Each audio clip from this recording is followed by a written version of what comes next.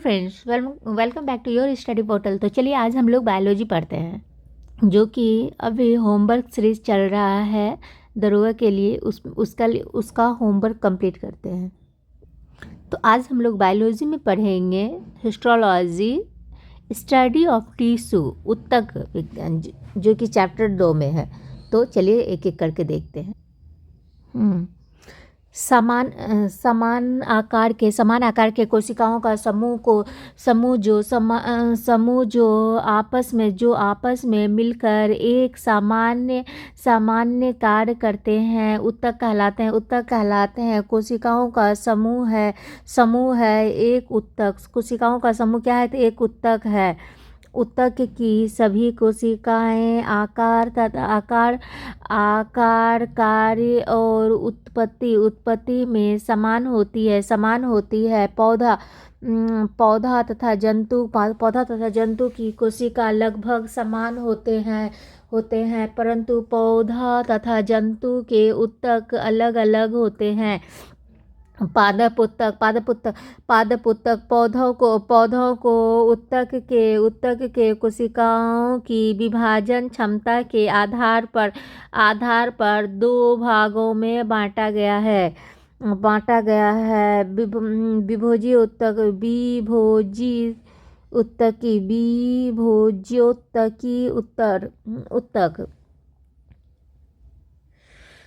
तथा स्थानीय ऊतक। विभोजी ऊतक को देखते हैं अब। हाँ, विभोजी ऊतक क्या बोलता है? तो यह ऊतक ऐसी ऊतक की बनी होती है जिनमें विभाजन की क्षमता होती है। ऊतक की कोशिकाएं गोल, अंडाकार या बहुभुजी होता है।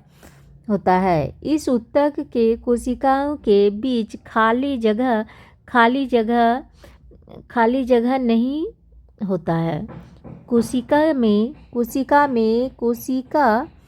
कोशिका द्रव प्रचुर मात्रा में भरी रहती है, परंतु इन कोशिका में रिक्तिका छोटी होती है अथवा नहीं होती है। स्थिति के आधार पर विभाज्योतकी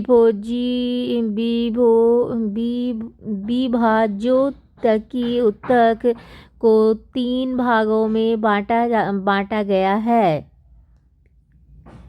एपिकल मेरिस्टेमेटिक या सिरस्थ विभोजी ऊतकी। यह ऊतक तने के अग्रभाग में रहता है। इस ऊतक में विभाजन के फलस्वरूप ही पौधा लंबाई में बढ़ते हैं। पौधा की लंबाई बढ़ना प्राथमिक वृद्धि कहलाता है। पार्श्व विभाजी ऊतकी हो गया। ये ऊतक तने और जड़ों के किनारों में होते हैं। इस ऊतक में विभाजन के फलस्वरूप पौधा का मोटाई बढ़ता है। पौधा का मोटाई बढ़ना द्वितीयक वृद्धि कहलाता है। पार्श्व विभोजी ऊतक को कैम्ब्रियम भी कहते हैं।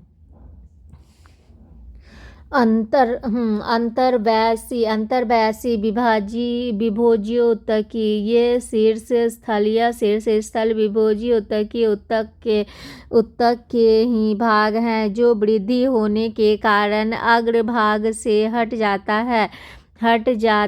यह ऊतक प्रायः पत्तियों के आधार पर तनों के पर्व या इंटरनोड तथा पर्व संख्या या नोड के पास पाए जाते हैं। यह ऊतक शीघ्र ही स्थायी ऊतक में बदल जाते हैं।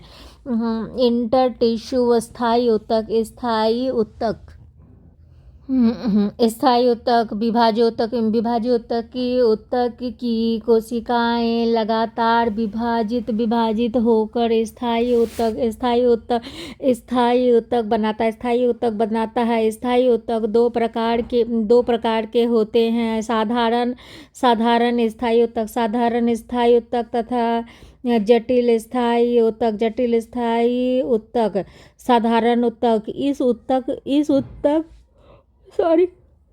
इस ऊतक में समान आकार के कोशिकाएं पाए जाते हैं तथा सभी कोशिकाएं मिलकर समान कार्य करती है। साधारण स्थायी ऊतक तीन प्रकार के होते हैं: पैरेन्काइमा, मृदु ऊतक। पैरेन्काइमा हो गया, मृदु ऊतक हो गया। पैरेन्काइमा ऊतक जीवित कोशिका का बना होता है।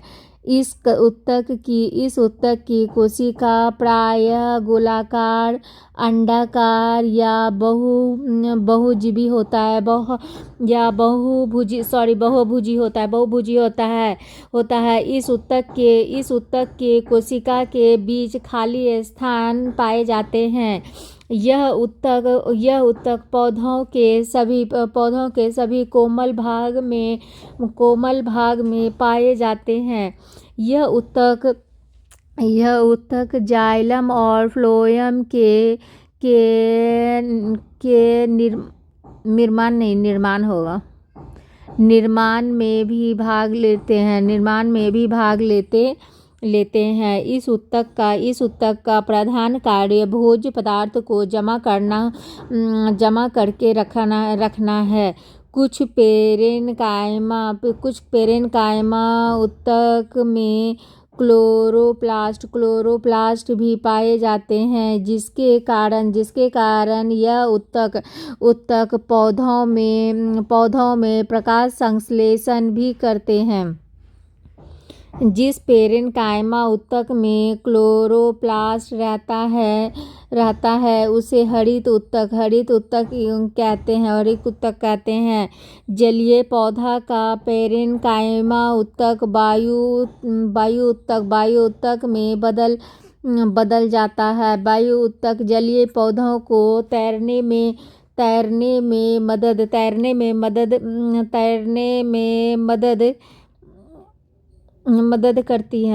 मदद करता है। उसके बाद जलीय पौधा का पैरेन्काइमा ऊतक जलीय पौधा का पैरेन्काइमा ऊतक वायु ऊतक में बदल जाता है। वायु ऊतक जलीय पौधों को तैरने में मदद करता है। क्लोनकाइमा स्थूल कोण ऊतक हो गया। यह ऊतक भी जीवित कोशिकाओं का बना होता है, लेकिन कोशिकाओं के बीच खाली स्थान बहुत कम होता है। इस ऊतक की कोशिका लंबी गोल अनियमित ढंग से कोनों पर मोटी होती हैं। सेलुलोज के अधिकता के कारण इस कोशिका की कोशिका भित्ति मोटी होती है। यह ऊतक केवल कमजोर पौधों में ही पाए जाते हैं तथा पौधों को प्रत्यास्थता प्रदान करता है। बड़े वृक्ष में इस ऊतक का अभाव रहता है। कभी इस ऊतक में हरित लवक भी पाए जाते हैं, जिससे कुछ मात्रा में यह प्रकाश संश्लेषण के द्वारा भोजन तैयार करते हैं। दृढ़ ऊतक यह ऊतक मृत कोशिका के बने कोशिकाओं के बने होते हैं। इस ऊतक की कोशिका लंबी सक्रिय तथा मोटी कोशिका भित्ति वाले होते हैं। इस ऊतक के कोशिका के बीच कोई खाली जगह नहीं होता है। इस ऊतक के कोशिकाओं में लिग्निन नामक रसायन पाया जाता है। यह रसायन कोशिका को काफ़ी मजबूत बनाता है।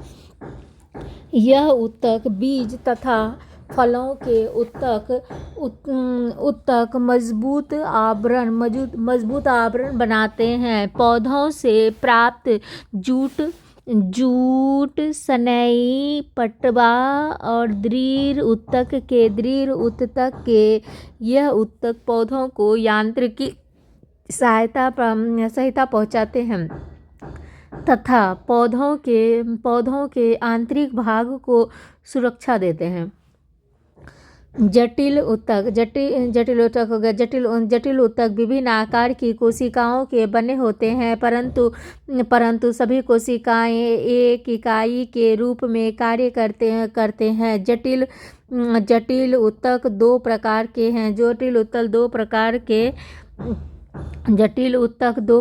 के हैं। एक हो गया जाइलम और फ्लोएम।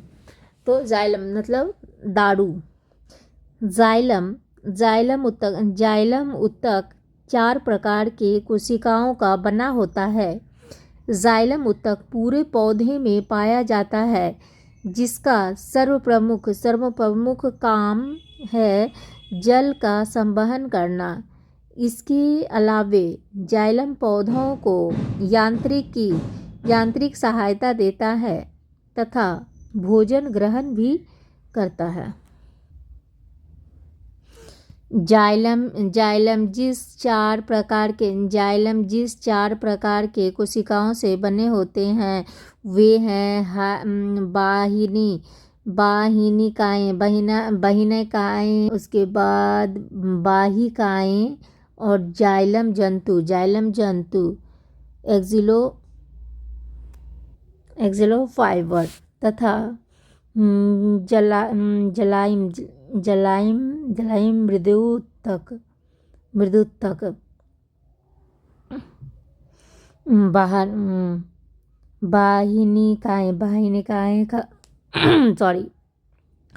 बाह्यनिकाएं का मुख्य काम है जल तथा गुलित खनिज पदार्थ को जड़ से पत्ती तक पहुंचाना। बाहिकाएं तथा जाइलम जंतु पौधों का यांत्रिकी सहायता देता है तथा जाइलम मृदुतक भोजन संग्रह करता है। जाइलम ऊतक में मृदुतक कोशिकाएं ही जीवित रहता है। बाकी सभी कोशिकाएं मृत होती है।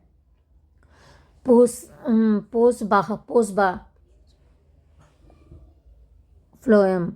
जाइलम की तरह फ्लोएम भी 4 कोशिकाओं से मिलकर बना होता है। ये 4 कोशिकाएं हैं चालनी नलिका, सेव टिश्यूज, सहकोशिका फ्लोएम तंतु, फ्लोएम मृदुतक। फ्लोएम तंतु ही केवल मृत कोशिका है, बाकी सभी जीवित कोशिकाएं हैं। फ्लोएम ऊतक जाइलम के साथ साथ पौधों के संपूर्ण भाग में पाए जाते हैं। इसका प्रमुख कार्य है पत्तियों द्वारा तैयार भोजन पौधों के सभी भागों में पहुंचना।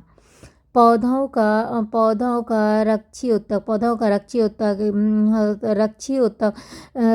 ऊतक के अंतर्गत बाह्य त्वचा तथा कॉर्क आते हैं। बाह्य त्वचा एपिडर्मिस की कोशिका पौधों के सभी भाग मतलब जड़, तना और पत्ती की रक्षा करता है। यह ऊतक पौधों को जल हानि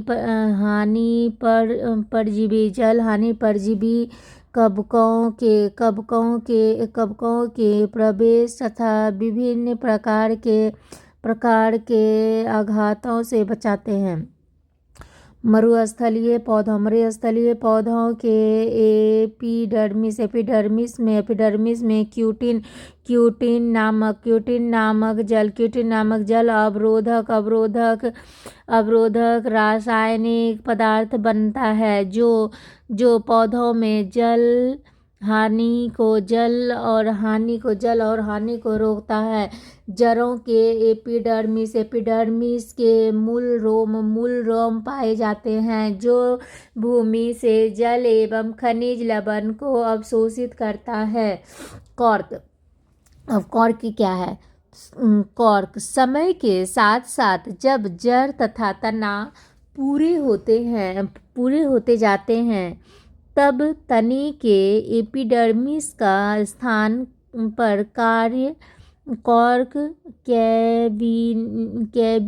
कैबियम आ जाता है। यही कॉर्क कैबियम पार्श्वविभाजोत्तकी की कोशिका विभाजित होकर कॉर्क छाल का निर्माण करता है। कॉर्क के सभी कोशिका मृत होती है। कॉर्क का मुख्य काम पौधों को सुरक्षा देना है। कॉर्क में सुबेरिन नामक रसायन रहता है जिसके कारण कॉर्क से होकर जल एवं गैस नहीं जा सकता है। कॉर्क का इस्तेमाल बोतल के कॉर्क बनाने में खेल का सामान बनाने में होता है। व्यापारिक कॉर्क क्वेकर्स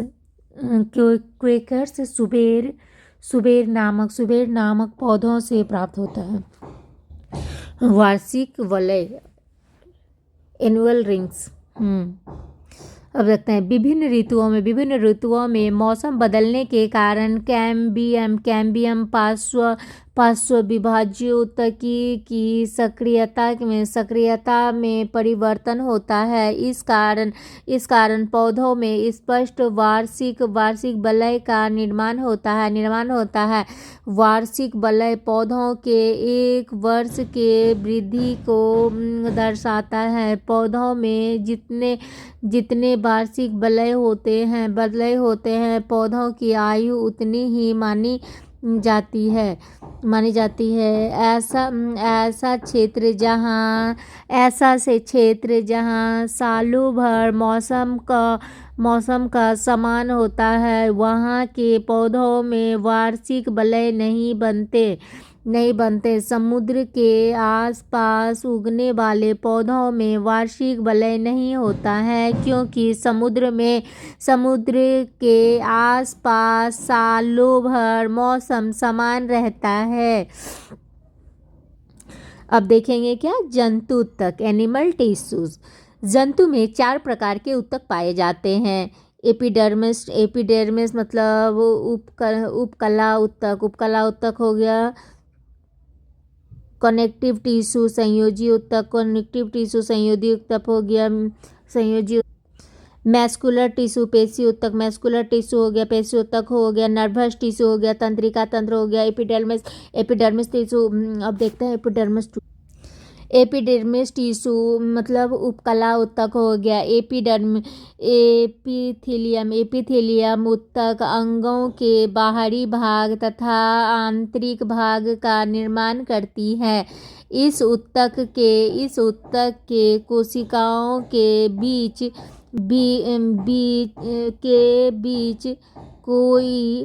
कोई रिक्त स्थान नहीं होता है। एपिथेलियम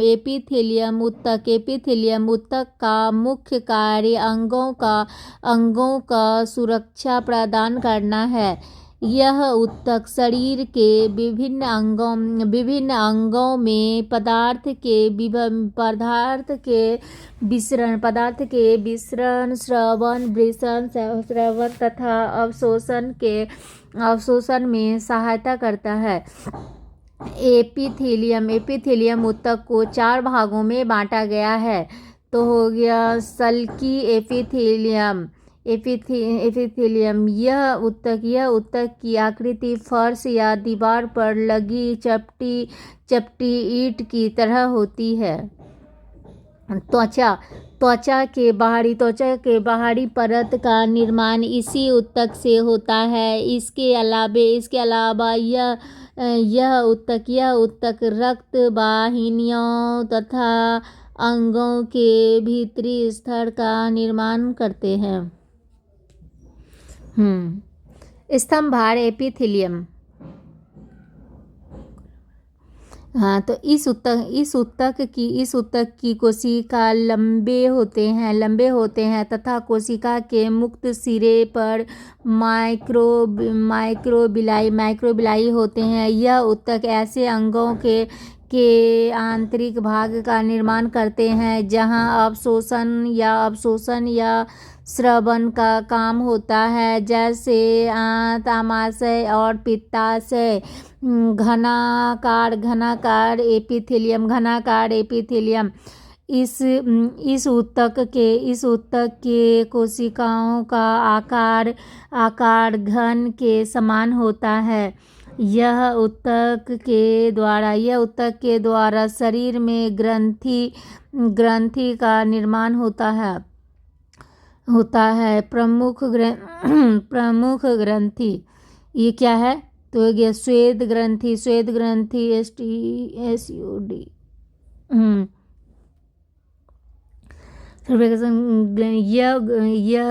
यह ग्रंथि स्तनधारी त्वचा के ऊपरी परत या एपिडर्मिस में पाए जाते हैं। इसमें इनके द्वारा पसीनों का स्राव होता है। लाइकामेल ग्रंथि यह ग्रंथि आँख में पाई जाती है, जिससे आंसू का स्राव होता है। आंसू में लाइसोजाइम नामक विशेष एंजाइम पाए जाते हैं, जिससे प्रभाव से आँख में आए हानिकारक सूक्ष्म जीव नष्ट हो जाते हैं। सेरोमेनियम ग्रंथि यह स्तनधारी वर्ग के कान में पाया जाता है। इस ग्रंथि मोम के समान पदार्थ स्रावित होता है। सीबम ग्लैंड या ग्रंथि। यह ग्रंथि त्वचा के डार्मिस भीतरी परत में पाई जाती है। यह ग्रंथि एक प्रकार का तैलीय पदार्थ या स्रावित करती है, जिसे सीबम कहते हैं, जो त्वचा एवं बालों को चिकना और जलरोधी बनाए रखता है। अब देखते हैं पक्षमावी उपकला। एपिथेलियम सेटोलिज्म। इस ऊतक की कोशिका लंबी होती है तथा इसमें सिलिया पाई जाती है। यह ऊतक ट्रेकिया के भीतरी सतह में अंडवाहिनी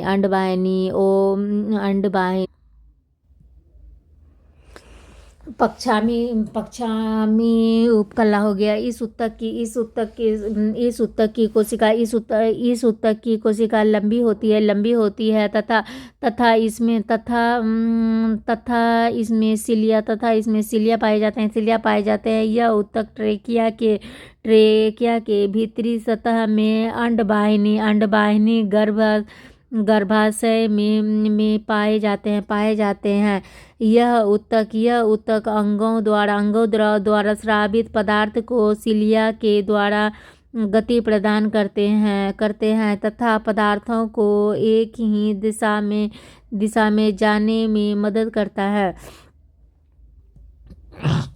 कनेक्टिव टिश्यू या संयोजी उत्तक। कनेक्टिव टिश्यू या संयोजी उत्तक है। संयोजी उत्तक विभिन्न अंगों तथा उत्तकों को जोड़ने का काम करता है। संयोजी उत्तक में कोशिकाओं की संख्या कम होती है तथा कोशिकाओं के बीच रिक्त स्थान ज़्यादा होता है। उत्तक के कोशिकाओं के बीच खाली जगह में एक प्रकार के पदार्थ बड़े रहते हैं। इसे मैट्रिक्स कहते हैं। विभिन्न संयोजी उत्तक में मैट्रिक्स ठोस जेली के समान सघन कठोर या तरल हो सकते हैं। संयोजी उत्तक के प्रकार हो गया। अवकाशीय उत्तक हो गया। यह उत्तक रक्त वाहिनियों या ब्लड वेसल्स तथा तंत्रिकाओं में नर्वस सेल के चारों तरफ घेरा बनाता है।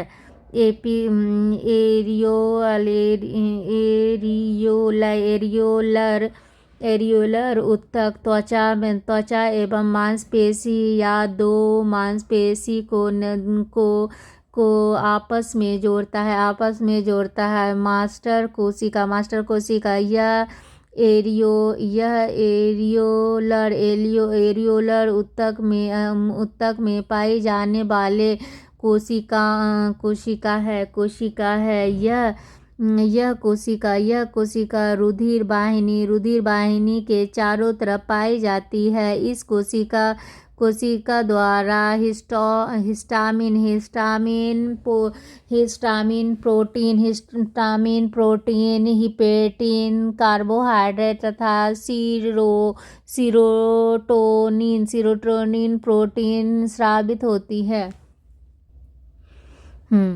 हिस्टामिन रुधिर वाहिनी को फैलाता है। हिपेरिन शरीर के अंदर हिपेरिन जो है ना, शरीर के अंदर रक्त को जमने नहीं देता है तथा सीरोटोनिन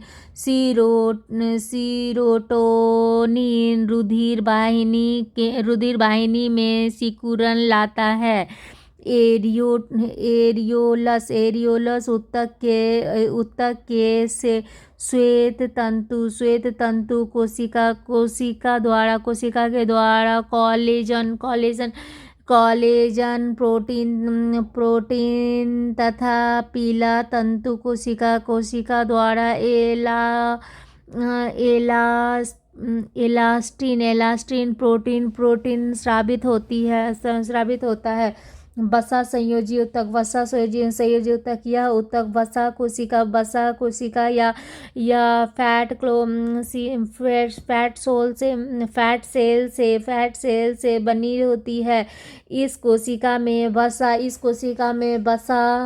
वसा छोटी छोटी बूंदी के रूप में भरी रहती है। यह उत्तक वसा को संचित करके रखता है। यह शरीर के ताप को बनाए रखता है। शरीर के वसा कोशिका के अधिकता से मोटापा का सामना करना पड़ता है। अब देखते हैं कंडरा या टेंडन। यह संयोजी ऊतक मांसपेशी को अस्थि से या दूसरी मांसपेशी से जोड़ता है। यह ऊतक अत्यधिक मजबूत तथा आंशिक लचीले होते हैं। स्नायु यह ऊतक हड्डियों अस्थियों को दूसरे हड्डी से जोड़ता है। यह ऊतक अत्यधिक मजबूत एवं लचीले होते हैं। उपास्थि ऊतक होता है। यह ऊतक क्रोडियोब्लास्ट कोशिकाओं के बने होते हैं तथा इन कोशिकाओं के बीच रिक्त स्थान में प्रोटीन पाया जाता है। उपास्थि अस्थि के जोड़ को चिकना बनाता है। ये ऊतक ब्राह्मकर्ण नाम श्वास नली ट्रेकिया, इसके बाद स्टर्नम जैसे अंगों में पाए जाते हैं।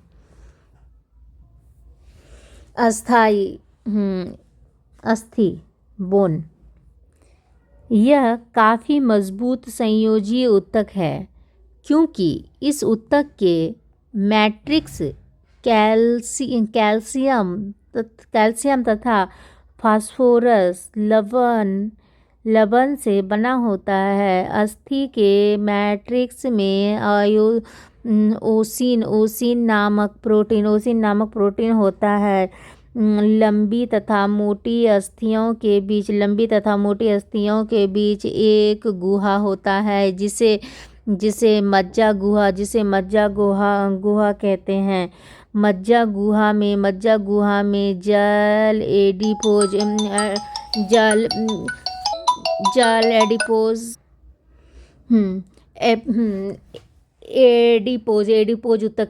ऊतक हो गया। वसा ऊतक भरा रहता है। तो उस मज्जा गुहा को अस्थि मज्जा या बोन मैरो कहते हैं। अस्थि मज्जा दो तरह के होते हैं। अस्थि के शीर्ष भाग में लाल अस्थि मज्जा, शीर्ष भाग में क्या होता है तो लाल अस्थि मज्जा होता है तथा बीच वाले भाग में पीली अस्थि मज्जा होते हैं। पीली अस्थि मज्जा पाई जाती है। लाल अस्थि मज्जा में आरबीसी लाल रक्त कण तथा पीली अस्थि मज्जा में डब्ल्यूबीसी श्वेत रक्त कण का निर्माण होता है।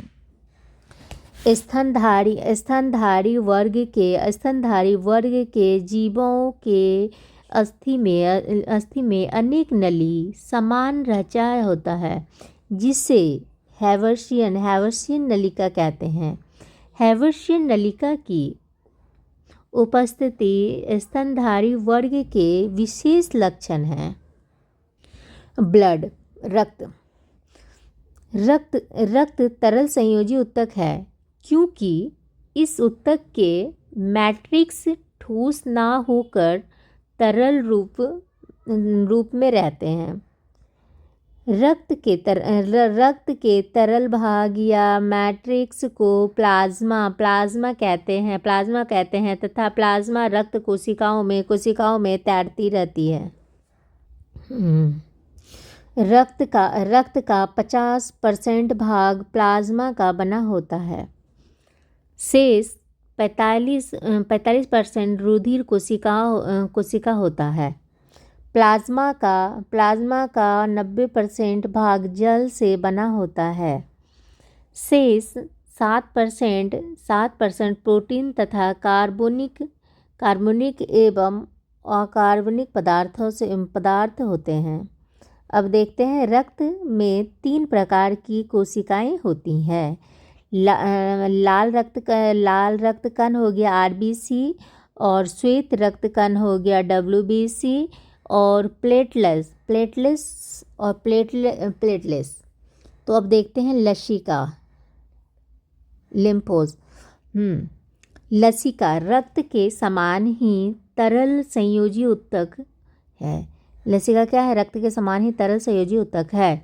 लसिका में केवल श्वेत रक्त कण WBC होता है।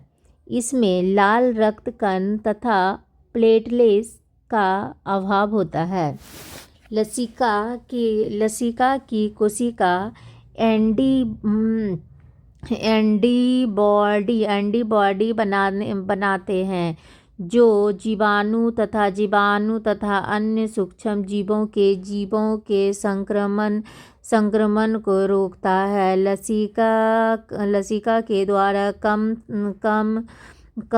मात्रा में पोषक पदार्थों का भी परिवहन होता है। मैस्कुलर टिश्यू या पेशी ऊतक हो गया। इस ऊतक की कोशिका लंबी होती है तथा इस कोशिका में एक प्रकार के तरल पदार्थ भरे रहते हैं। इस तरल पदार्थ को सार्कोप्लाज्मा कहते हैं। यह ऊतक का मुख्य काम जीवों को प्रचलन में मदद करना है। पेशी ऊतक तीन प्रकार के होते हैं। आरेखित या अनैच्छिक पेशी। इस पेशी में होने वाला संकुचन एवं प्रसार जंतु के इच्छा के अधीन नहीं होता है। यही कारण है कि इस पेशी को अनैच्छिक पेशी कहते हैं। यह पेशी मुख्य रूप से नेत्र के आइरिस में मतलब टिश्यूज में मूल वाहिनी तथा मूत्राशय में रक्त वाहिनियों में पाई जाती है। रेखिक पेशी या ऐच्छिक पेशी।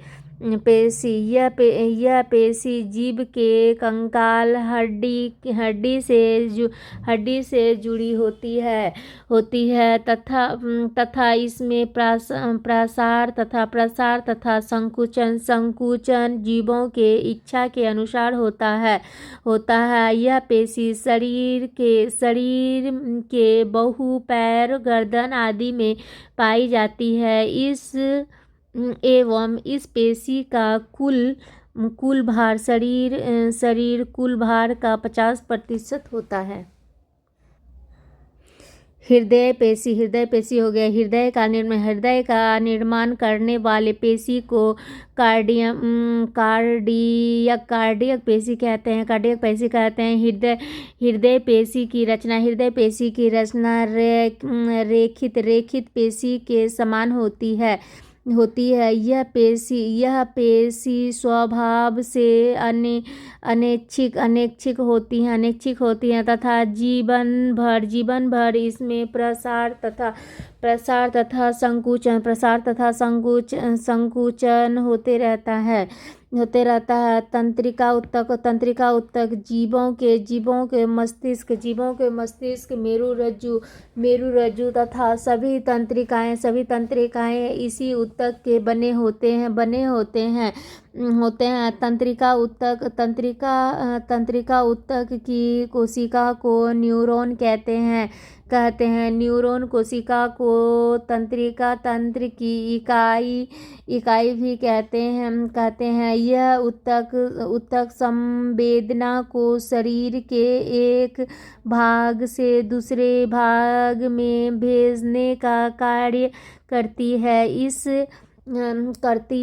इन ऊतक की कोशिकाओं में विभाजन की क्षमता नहीं होती है। Thank you friends. अगर हमारा वीडियो अगर आपको अच्छी लगे तो प्लीज़ लाइक एंड सब्सक्राइब कीजिए और अगर हो सके तो ग्रुप में भेज दिया कीजिए।